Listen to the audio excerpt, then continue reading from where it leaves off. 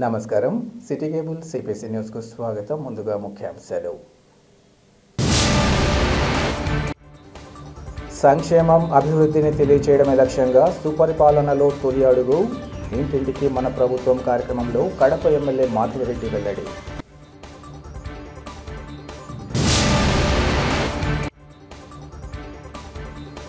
రాష్ట్ర ప్రజల సంక్షేమంతో పాటు సీమ అభివృద్ధికి కూటమి ప్రభుత్వం కట్టుబడి ఉంది. టీడీపీ పోలిట్ బ్యూరో సభ్యుడు శ్రీనివాసరెడ్డి స్పష్టీకరణ.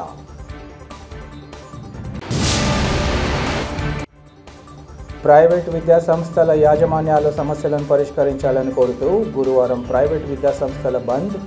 ఎమ్మెల్సీ సాయిబాబా విద్యాసంస్థల చైర్మన్ రామచంద్రారెడ్డి పిలుపు. రాష్ట్ర ముఖ్యమంత్రి చంద్రబాబు నాయుడుతో పాటు విద్యాశాఖ మంత్రి నారా లోకేష్ ఆదేశాల మేరకు ఏడాది కాలంగా ప్రభుత్వం చేస్తున్న సంక్షేమం అభివృద్ధిని తెలియచేయడమే లక్ష్యంగా సుపరిపాలనలో తొలి అడుగు ఇంటింటికి మన ప్రభుత్వం కార్యక్రమం నిర్వహిస్తున్నామని కడప ఎమ్మెల్యే మాధవిరెడ్డి తెలిపారు. ఈ మేరకు కడప నగరంలోని తన కార్యాలయంలో టీడీపీ పోలిట్ బ్యూరో సభ్యుడు శ్రీనివాసరెడ్డితో కలిసి ఆమె విలేకరులతో మాట్లాడారు. రాష్ట్రంలోని కూటమి ప్రభుత్వం ఒక్కొక్కటిగా ఇచ్చిన హామీలను అమలు చేస్తూ రాష్ట్రాభివృద్ధికి చేస్తున్న కృషిని తెలియచేయాలన్న ఉద్దేశంతోనే ఈ కార్యక్రమానికి రూపకల్పన చేసినట్లు ఆయన తెలిపారు. ఈ కార్యక్రమం ద్వారా కూటమి ప్రభుత్వం రాష్ట్రాభివృద్ధికి చేపడుతున్న కార్యక్రమాలు, భవిష్యత్తులో యువతకు ఉపాధి కల్పనకు చేపట్టే చర్యలు ప్రజల దృష్టికి తీసుకెళ్తామన్నారు. సుపరిపాలన తోడి అడుగు 4.1 పేరుతో కార్యక్రమ నిర్వహణకు చర్యలు చేపట్టారన్నారు. కూటమి ప్రభుత్వం అధికారంలోకి రాగానే పెన్షన్ల పెంపుతో పాటు అరియర్స్ మొత్తాలను చెల్లించడం జరిగిందన్నారు. అలాగే గత ప్రభుత్వం పట్టించుకొని అతుకులు గతుకులున్న రోడ్లకు గుంతలు పూడ్చి 868 కోట్ల నిధులు వెచ్చించారన్నారు. 78,290 కోట్లతో జాతీయ రహదారి నిర్మాణం, దీపం పథకం కింద సంవత్సరానికి 3 ఉచిత సిలిండర్లు ఉచితంగా అందించడం, మెగా డిఎస్సితో 16,000కు పైగా ప్రభుత్వ ఉపాధ్యాయుల ఉద్యోగాల భర్తీ, తల్లికి వందనం, ఇంటిలో ఎంతమంది బడికి వెళ్లే పిల్లలుంటే అంతమందికి ఆర్థిక సహాయం అందించడం జరిగిందన్నారు. ఈరోజు సుపరిపాలన తొలి అడుగు 4.1 ఏ విధంగా మనము ఈ 4 సంవత్సరాలు, ఒక సంవత్సరం గడిచింది. ఈ సంవత్సర కాలంలో ఏ విధంగా ఎలక్షన్ ముందు చెప్పామో ఆ విధంగానే పింఛన్లు 3 నెలల బకాయిలతో కలిపి ఇస్తూ ఎంత బాగా 1వ తేదీ సాయంత్రంలోగానే పింఛన్ల కార్యక్రమాన్ని ముగిస్తూ ఉన్నారు. ప్రతి ఒక్క లబ్ధిదారికి పింఛన్ వెళ్తూ ఉంది. ట్రాన్స్పరెంట్గా, ఏ విధమైన బెదిరింపులు లేకుండా. దాంతోపాటే ఆ తరువాత రాష్ట్రం మొత్తము అతుకులు గతుకులైపోయిన మన రాష్ట్రాన్ని, మన భవిష్యత్తుని సరిదిద్దుతూ గుంతలన్నీ పూరించి మన యొక్క ఆర్థిక పరిస్థితి బాగాలేకున్నా కానీ ప్రజలకు సరైన రోడ్లు ఇవ్వాలని చెప్పేసి గుంతలన్నీ దాదాపు 868 కోట్ల డబ్బు వెచ్చించి గుంతలు పూడ్చి, అలాగనే జాతీయ రహదారుల కోసము దాదాపు 78,295 కోట్లు పెట్టి జాతీయ రహదారుల అభివృద్ధి కోసం ముందుకు వస్తోంది ప్రభుత్వము. అలాగనే రోడ్లే కాకుండా నెక్స్ట్ ఏ విధంగా చెప్పామో ఆ విధంగా దీపం పథకాన్ని ప్రజలకు అందిస్తూ పేద బలుగు బలహీన వర్గాలకి 3 సిలిండర్లు సంవత్సరానికి ఉచితంగా ఇస్తూ ప్రభుత్వము వాళ్ళు చెప్పిన 2వ ప్రామిస్ని కూడా పూర్తి చేసుకుంది. దాంతోపాటు డిఎస్సి ప్రకటించినారు. డిఎస్సి ఎగ్జామ్ జరగబోతా ఉంది. దాదాపు 16,000 పైచిలకు ఉద్యోగాలు వచ్చే విధంగా డిఎస్సిని తీసుకొని వస్తున్నారు. గత 5 సంవత్సరాల నుంచి ఒక్క డిఎస్సి కూడా జరపకుండా ఎంతోమంది యువత భవిష్యత్తు నాశనానికి కారణమైన గత ప్రభుత్వం యొక్క చేసిన తప్పును సరిదిద్దుతూ ఈరోజు డిఎస్సిని ప్రకటించారు. దాని ఎగ్జామ్ జరగబోతోంది. ఇంకొక నెలలో వాళ్ళకు ఉద్యోగాలు రాబోతున్నాయి. దాంతోపాటు మొన్ననే లాస్ట్ మంతే తల్లికి వందనము, ఎంతమంది పిల్లలు ఉంటే అంతమంది పిల్లలకి తల్లికి వందనం పేరుతో వాళ్ళకి స్కూల్ ఫీజుల కింద ప్రభుత్వము ఏ విధంగా చంద్రబాబు నాయుడు చెప్పినారో ఎంతమంది పిల్లలు ఉంటే అంతమంది పిల్లలకి అని చెప్పేసి ఆ పథకాన్ని తీసుకుపోయేసి పెద్ద ఎత్తున రాష్ట్రంలోని పేదవాళ్ళు, చదువుకున్న పిల్లోళ్ళు ఆనందం వ్యక్తం చేస్తూ ఈరోజు ఈ పథకాన్ని పూర్తి చేయడం జరిగింది. రేపు నెల ఆగస్టులో అలాగనే ఉచిత బస్సు కూడా తీసుకొస్తున్నారు. మహిళలకు ఉచిత బస్సు కింద కూడా ఆ యొక్క ప్రామిస్ను కూడా పూర్తి చేయబోతోంది ప్రభుత్వము. అలాగనే రైతు సంక్షేమం కోసము కేంద్ర నిధులతో పాటు రాష్ట్ర నిధులు కలిపి అది కూడా ఇవ్వబోతున్నారు. ఈ విధంగా ఏ విధంగా ప్రభుత్వం చెప్పిందో ఎలక్షన్స్ ముందు ప్రామిస్ చేసిందో ఆ ప్రామిస్లన్నీ ఒకటొకటి ఆర్థిక పరిస్థితి సరిదిద్దుకుంటూ ముందుకొస్తూ మన రాష్ట్ర భవిష్యత్తు కోసం ముందుకెళ్తా ఉంది. అలాగనే దాదాపు అన్నా క్యాంటీన్లని పునరుద్ధరించింది. నేనే మొన్ననే వెళ్ళాను అన్నా క్యాంటీన్ దగ్గరికి. పోతే పొద్దున్నే స్కూల్కి పోయే పిల్లలు వచ్చేసి చక్కగా టిఫిన్ తినేసేసి స్కూల్కి వెళ్తున్నారు. ఇంత గొప్ప పథకాన్ని గత ప్రభుత్వము అన్నా క్యాంటీన్ని ఒక ద్వేషపూరితంగా కూల్చేసింది. ఈరోజు అలా అదే స్థలాలలో అదే ప్లేస్లో ఇంకా నెంబర్ పెంచి అన్నా క్యాంటీన్లు తీసుకొని వచ్చింది ప్రభుత్వము. ఇది పేదల ప్రభుత్వము, ప్రజల బాగు కోసం పనిచేసే ప్రభుత్వాన్ని మరొకసారి రుజువు చేసుకొని జరిగింది.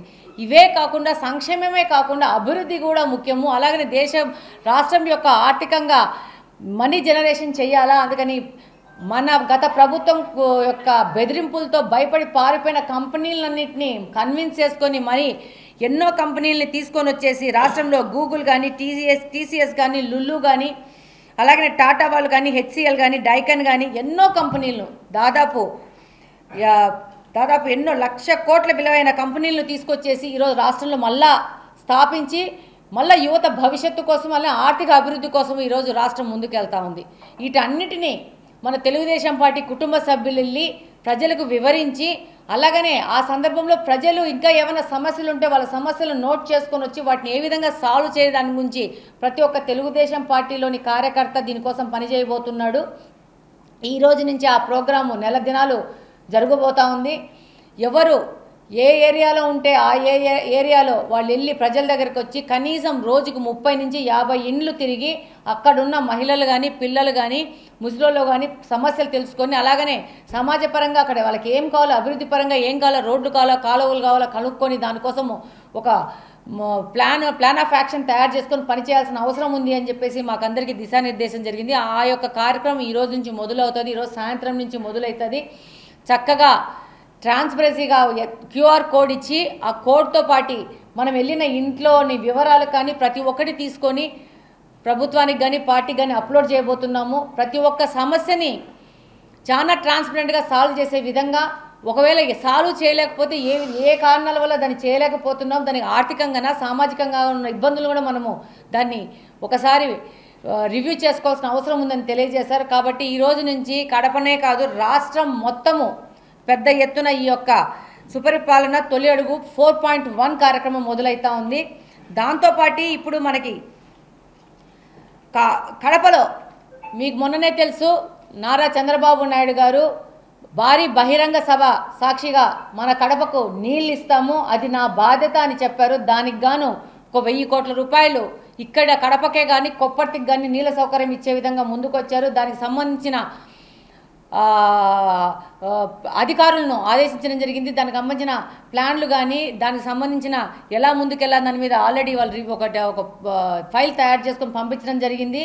దాంతోపాటు బుగ్గొంకను కూడా దానికి సంబంధించిన ఎస్టీపీని కూడా కట్టాల్సిన అవసరం ఉంది. కాబట్టి దానికి కూడా ప్రపోజల్స్ వెళ్ళడం జరిగింది. మన కడపకు ముఖ్యంగా ఉన్న ప్రాబ్లం ఏంటంటే మనకు రోడ్లు లేవు, కాలువలు లేవు, మనకు మంచినీళ్ళు లేవు.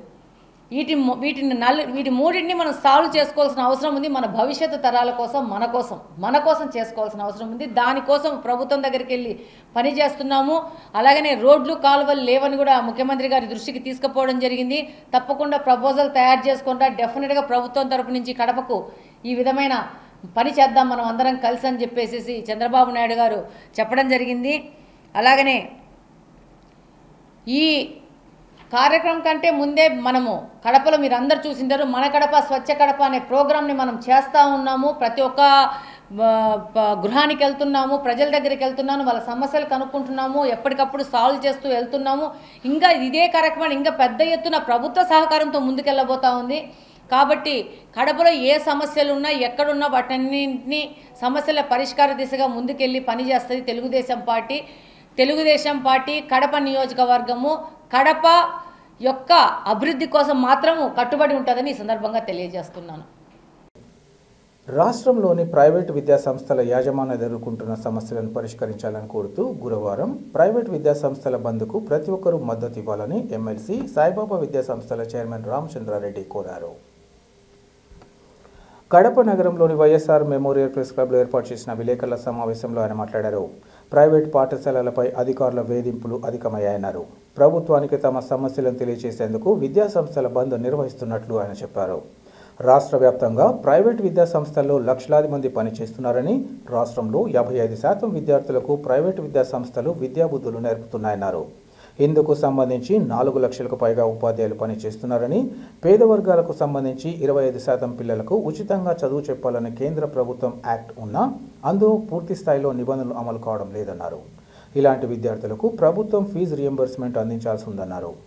1 నుంచి 10వ తరగతి వరకు ప్రభుత్వం ఒక్కో విద్యార్థికి 90,000 రూపాయల వరకు ఖర్చు చేస్తుండగా అందులో సగం ఇవ్వాలని తాము కోరుతున్నట్లు చెప్పారు. అయితే ప్రభుత్వం ₹1 కూడా ఇవ్వకపోవడం దారుణమన్నారు.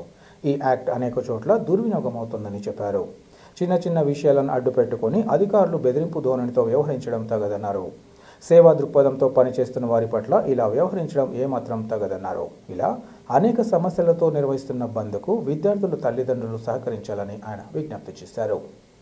ప్రైవేట్ సెక్టర్లో అంటే ప్రైవేటు ఉపాధ్యాయులు పనిచేస్తున్నటువంటి ప్రైవేట్ సెక్టర్ అంతా కూడా ప్రైవేట్ విద్యా సంస్థలన్నీ కూడా రాష్ట్ర వ్యాప్తంగా అనేక సమస్యలను ఎదుర్కొంటున్నాయి. ఆ సమస్యలన్నిటికి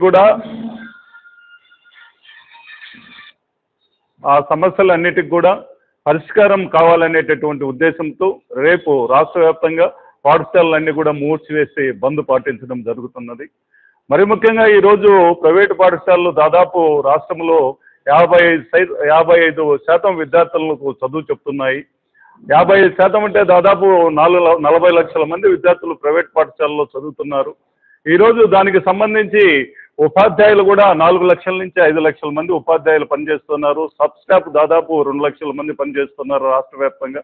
ఇటువంటి పాఠశాలలో సమస్యలు అనేటివి అధికారులు కూడా చాలా సమస్యలను ఈరోజు ఎదుర్కోవాల్సి వస్తుంది. కాబట్టి ఆ సమస్యలను మరీ ముఖ్యంగా మీకు ప్రస్తావించాల్సిన అవసరం ఉంది. ఈరోజు 12(1)C ఆర్టీఈ యాక్ట్ ప్రకారం 12(1)C అనేది ఒకటి ఉంది. అంటే బీద బడగు బలహీన పిల్లలకి అందరికీ కూడా 25% ప్రైవేట్ పాఠశాలల్లో చదువు చెప్పాలనేటటువంటి ఒక కేంద్ర ప్రభుత్వ యాక్ట్ ఉంది. అది ఏం చెప్తున్నదంటే 12(1)A, 12(1)B, 12(1)C 3 యాక్టులు ఉన్నాయి.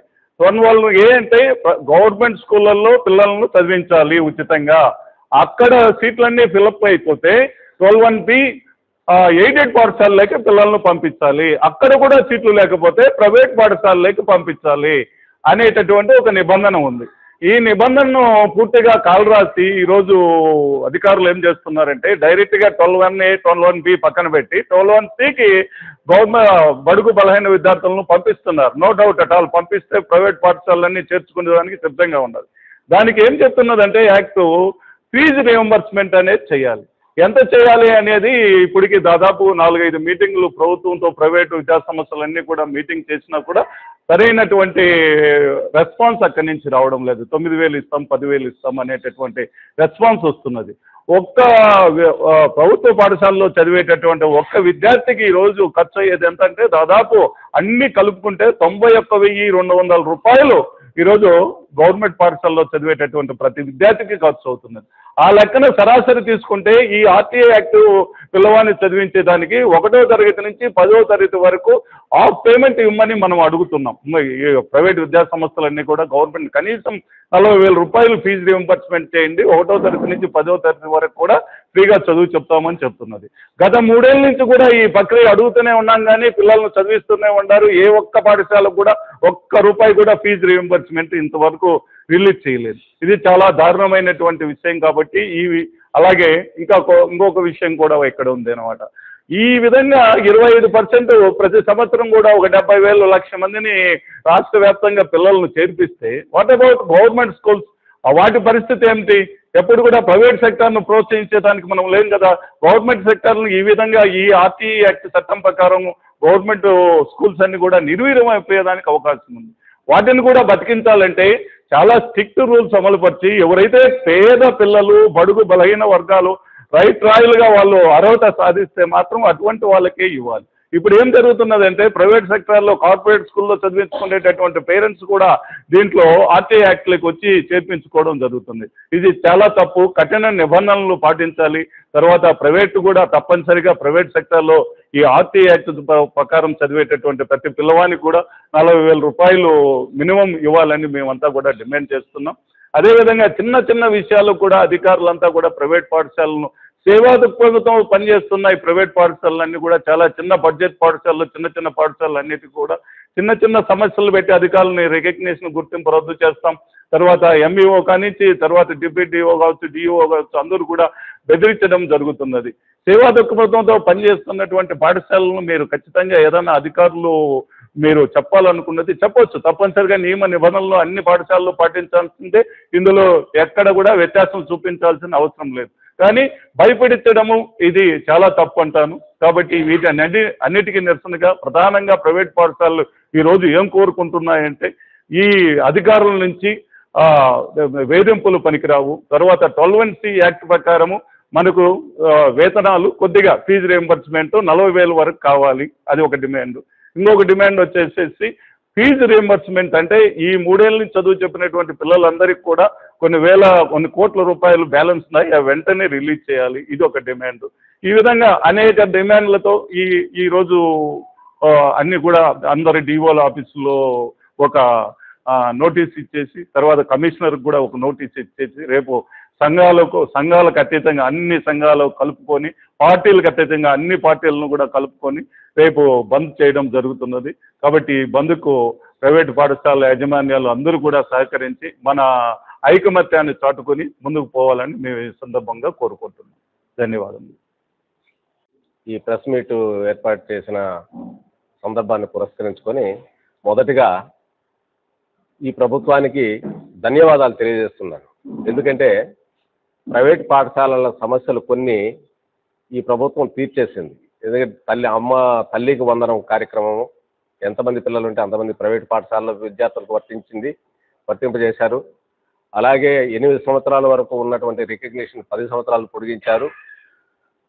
సో ప్రైవేటు పాఠశాల పట్ల ప్రభుత్వం కొన్ని నిర్ణయాలు అయితే చాలా సానుకూలంగా ఉన్నాయి. అయినప్పటికీ కొంతమంది అధికారులు పనిగట్టుకొని ఏ చిన్న సమస్య ఎవరో పోయి ఒక చిన్న కంప్లైంట్ ఇస్తే దాన్ని పట్టుకొని పాఠశాల మీ రికగ్నిషన్ క్యాన్సిల్ చేస్తామని బెదిరించడం, ప్రతిదానికి వాళ్ళే రికగ్నిషన్ ఇచ్చారు. రికగ్నిషన్ ఇచ్చేటప్పుడు అన్ని చూసుకొని రికగ్నిషన్ ఇస్తారు అధికారులు, మరి ఇచ్చిన తర్వాత మళ్ళీ రికగ్నిషన్ క్యాన్సిల్ అనడం, ఇట్లా బెదిరింపులకు పాల్పడడం చాలా దురదృష్టకరం.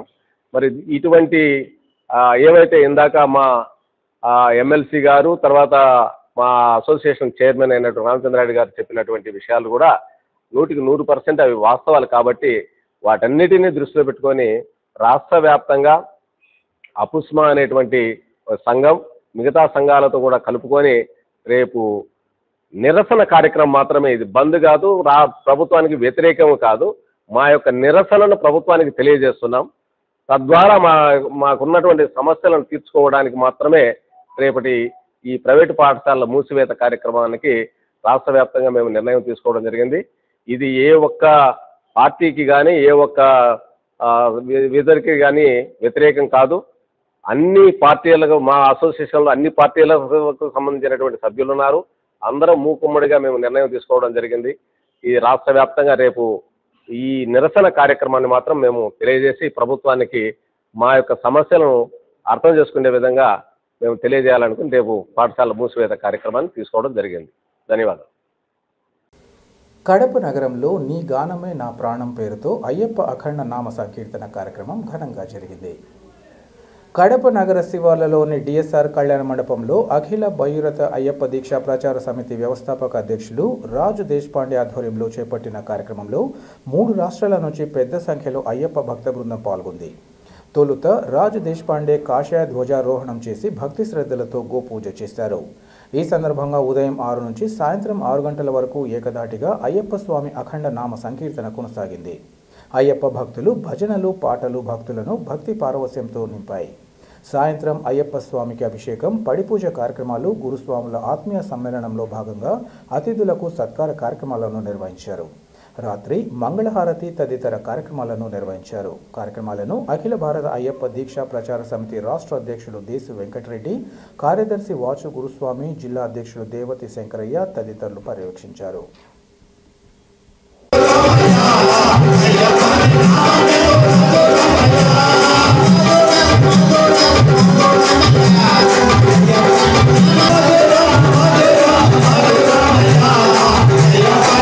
Hare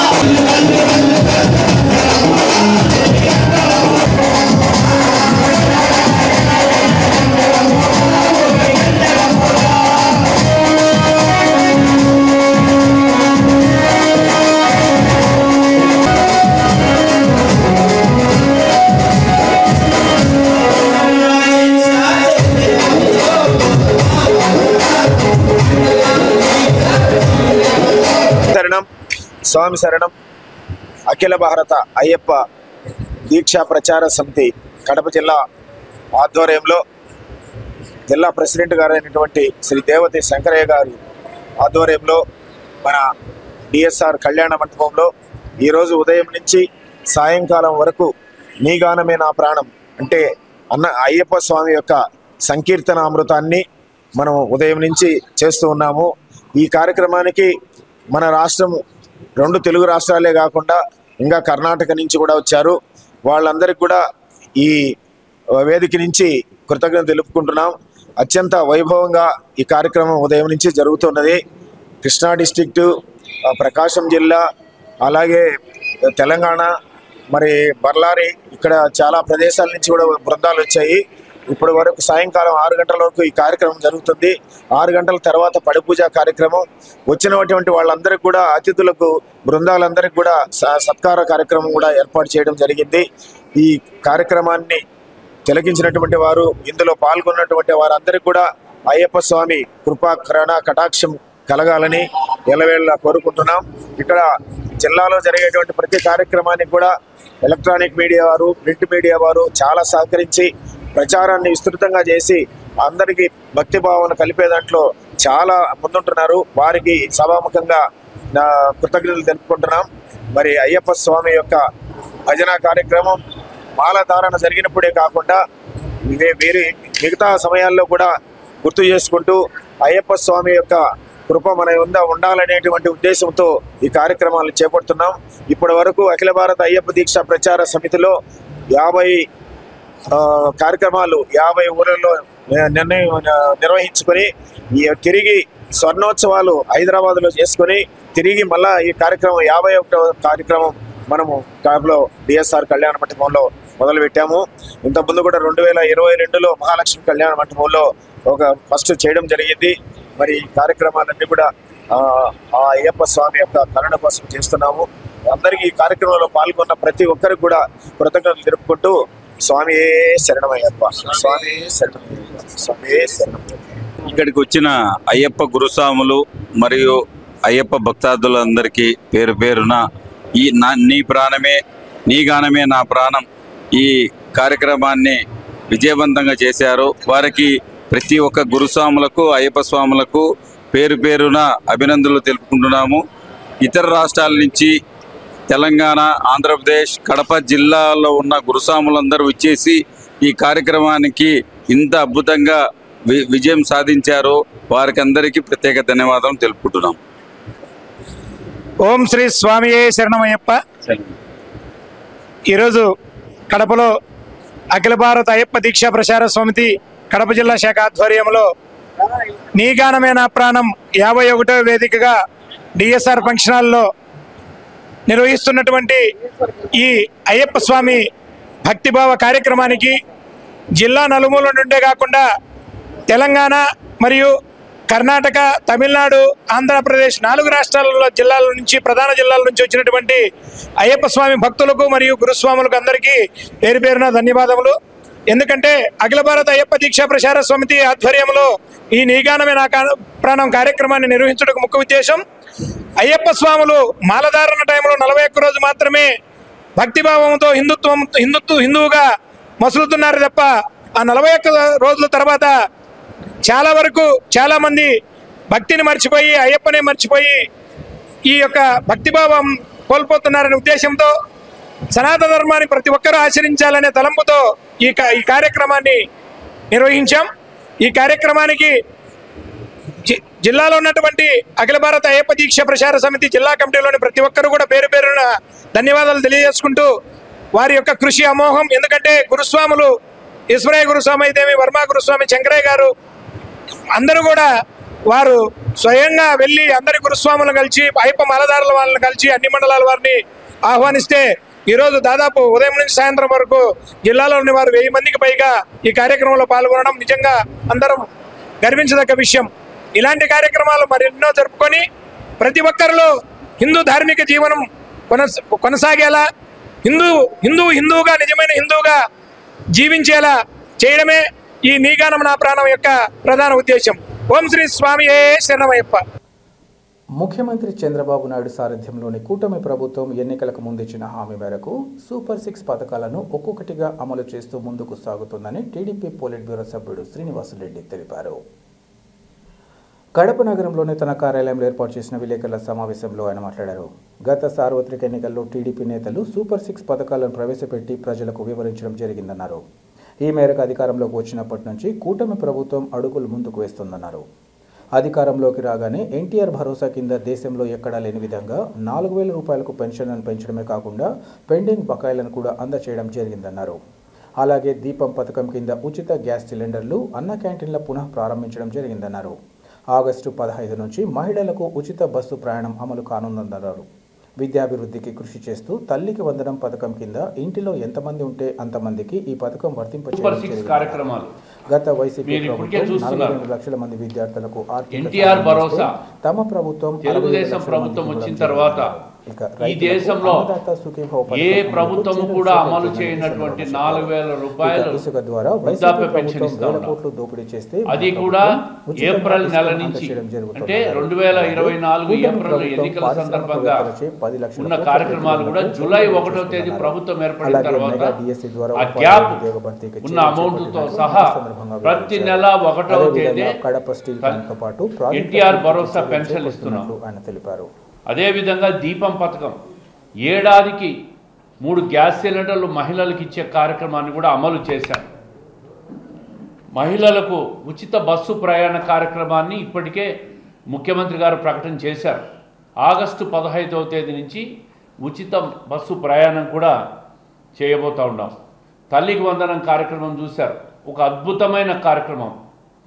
గత ప్రభుత్వం 42 లక్షల పైచిలకు తల్లికి వందనం బెనిఫిషరీని సెలెక్ట్ చేస్తే మా ప్రభుత్వం వచ్చిన తర్వాత 67 లక్షలు మందికి బెనిఫిషరీని సెలెక్ట్ చేసి ఇంట్లో ఎంతమంది పిల్లలు ఉంటే అంతమంది పిల్లలకు కూడా 15,000 రూపాయలు ఇచ్చి ఒక్కటే రోజు 9,000 కోట్లు రిలీజ్ చేసిన ప్రభుత్వం తెలుగుదేశం పార్టీ కూటమి ప్రభుత్వం.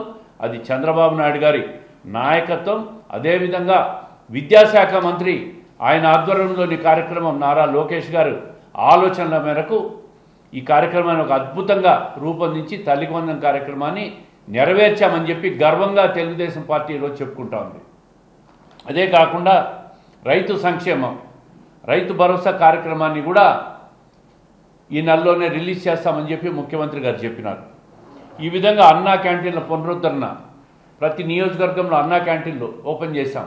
ఇసుక పాలసీ, గత ప్రభుత్వం ఇసుక మాఫియా చేసి ఇసుక ద్వారా 1,000 కోట్ల అక్రమార్జన చేస్తే మా ప్రభుత్వం వచ్చిన తర్వాత ఈరోజు ఇసుక ఉచితంగా ఇస్తూ ప్రజల్లో ఈరోజు ప్రతి భవన నిర్మాణ కార్మికులు కానీ, అదేవిధంగా నిర్మాణం చేసుకుంటే ఓనర్లు కానీ ఈరోజు సంతోషంగా అత్యంత చౌకతో ఉచిత ఇసుక దొరుకుతూ ఉంది.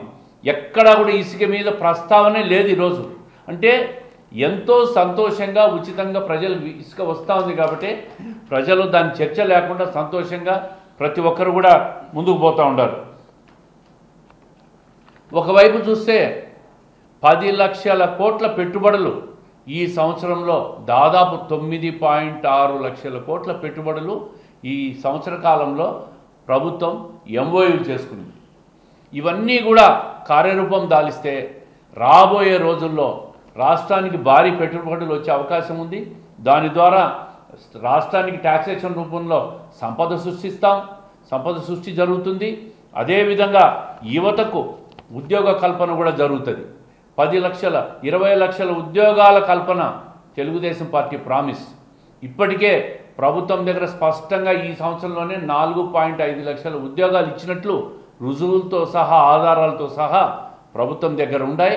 ప్రైవేట్ కానీ ప్రభుత్వంలో కానీ 2 చోట్ల కూడా ఉద్యోగ కల్పన మొదటి సంవత్సరంలోనే దాదాపు 4.5 లక్ష ఉద్యోగాల కల్పన చేశాం.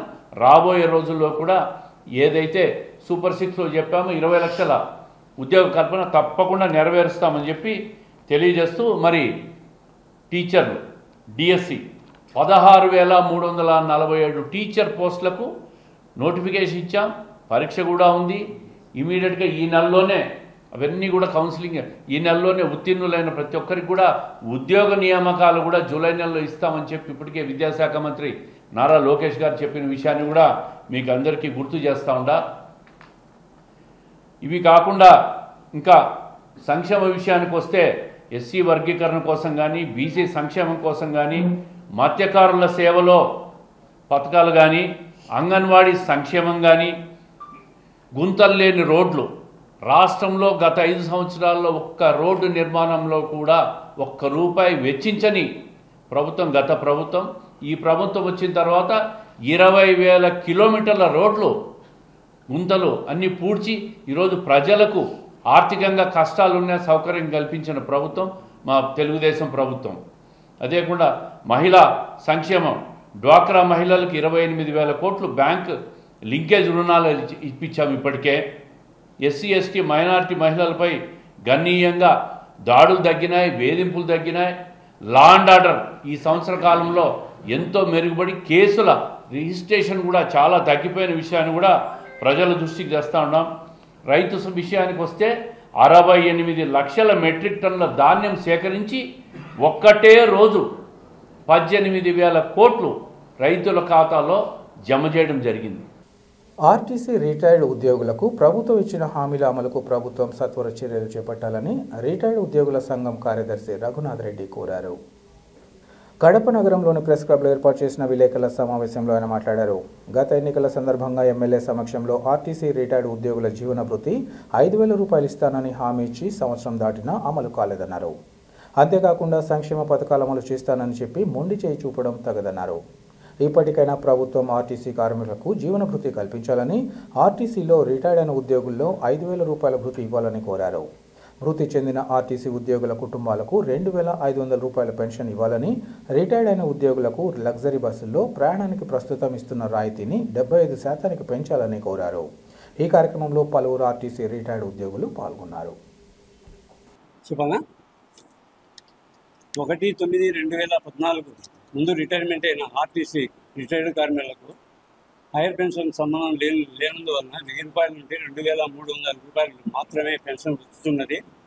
దానికి వచ్చేసి మొన్న లాస్ట్ ఎన్నికల సందర్భంగా చంద్రబాబు నాయుడు సార్ వచ్చినప్పుడు మా ఎమ్మెల్యే మేడం సమక్షంలో అయ్యా ఆర్టీసీ రిటైర్డ్ ఉద్యోగులకు నేను జీవన భృతి ఇస్తానని ఆయన హామీ ఇవ్వడం అనేది, అది కూడా హామీ ఇచ్చి తొందరగా అమలు చేస్తానని చెప్పినాడు అనమాట. ఆ తర్వాత మా వాళ్ళు ఆర్టీసీలు అందరూ బ్రహ్మాండంగా కూటమి గవర్నమెంట్కు ఓట్లు వేయడం జరిగినది. ఆ తర్వాత వచ్చేసి 3వ తేదీ 3వ నెల మార్చిలో అసెంబ్లీ నందు మా ఎమ్మెల్యే దీని గురించి బ్రహ్మాండంగా మాట్లాడింది. అయ్యి ఆర్టీసీలు ఈ విధంగా ఇటు చాలా భయంకరంగా ఉన్నారు, వాళ్ళకు మనం సాయం చేయాలి, 5 రూపాయలు జీతం పెన్షన్ వస్తుంది. చంద్రబాబు నాయుడు ఒక ప్రామిస్ ఇచ్చినాడు, దాన్ని నిలబెట్టుకోవాలి, మనం వాళ్ళకి ఇవ్వాలా అని కూడా ఆమె చెప్పింది. ఆ చెప్పినప్పుడు వచ్చేసి అంత దీనంగా చెప్పి ఆమె చేస్తా అంటే అసెంబ్లీ స్పీకర్ వచ్చేసి రఘురామకృష్ణరాజు ఏమయ్యా ఆర్టీసీలు వదిలిపెట్టరా, ఇవన్నీ మీరు చెప్పినంత వేస్ట్ అని మేడంను అవమానం చేసే విధంగా ఆయన వ్యాఖ్యానించడం జరిగింది. దాని గురించి మేము చాలా బాధపడినాం. మరి అది వేస్ట్గా ఉంటే చంద్రబాబు నాయుడు ఏ విధంగా ఆయన ప్రామిస్ చేసినాడు. ఆ తర్వాత వచ్చేసి సంవత్సరం దాటుతుంది, మా వాళ్ళంతా ఏం సార్ మనకు రాలేదు సార్, ఏం సార్ అందరికీ ఇస్తున్నాడు చంద్రబాబు నాయుడు, అమ్మఒడి ఇస్తున్నాడు, ఆ ప్రోగ్రామ్ పెడతాడు, జీవన భృతి ఇస్తున్నాడు, ఆటోళ్ళకి ఇస్తున్నాడు, మనం కూడా చాలా బాగా వెనుకబడినాము సార్, అందరూ 70-80 ఏళ్ళు పైనే ఉన్నాము, చేస్తే 4 ఏళ్ళు ఉండే కొద్దీ జీరో బడ్జెట్ అవుతాయి. కాబట్టి చంద్రబాబు నాయుడు రిక్వెస్ట్ చేసేది ఏం సార్ అంటే, సార్ మేము కూడా అందరికన్నా చాలా వెనుకబడిన పెన్షన్లో ఆర్టీసీ ఉద్యోగస్తులు అంటే ప్రతి ఒక్కరికి మా మీద సానుభూతి ఉంది. మరి గవర్నమెంట్ ఆ లెవెల్కు మీకు సమాచారం వచ్చిందో లేదు కాబట్టి ఇదే ఉండేది. మా ఎమ్మెల్యే మేడం కూడా మాట్లాడితే ఆమెకు మీరు విలువ ఇవ్వాలి సార్, ఆమె మీరు మహిళా ఎమ్మెల్యే, మీరు బాగా ప్రేమగా పెట్టేసి ఆమె రెడ్డమ్మని పిలుచుకున్నారు, ఆమెకు విలువ ఇచ్చేసి మాకు కూడా సాయం చేయండి, మాకు ఇవ్వకుంటే ఉండేది, ఆమె విలువ ఇచ్చి మాకు జీవనభృతి 5,000 రూపాయల తక్షణం వీడియో కూర్చున్నాను. వార్తలు ముగించే ముందు ముఖ్యాంశాలు మరోసారి. సంక్షేమం అభివృద్ధిని తెలియచేయడమే లక్ష్యంగా సుపరిపాలనలో తొలి అడుగు, ఇంటింటికి మన ప్రభుత్వం కార్యక్రమంలో కడప ఎమ్మెల్యే మాధవిరెడ్డి వెల్లడి.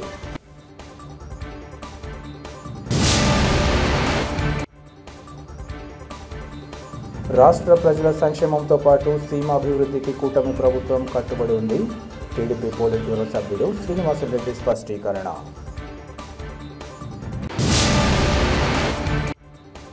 ప్రైవేట్ విద్యా సంస్థల యాజమాన్యాల సమస్యలను పరిష్కరించాలని కోరుతూ గురువారం ప్రైవేట్ విద్యా సంస్థల బంద్. ఎమ్మెల్సీ సాయిబాబా విద్యా సంస్థల చైర్మన్ రామచంద్రారెడ్డి పిలుపు. సిటీ కేబుల్ సిపిసి న్యూస్ ఇంతటితో సమాప్తం. నమస్కారం.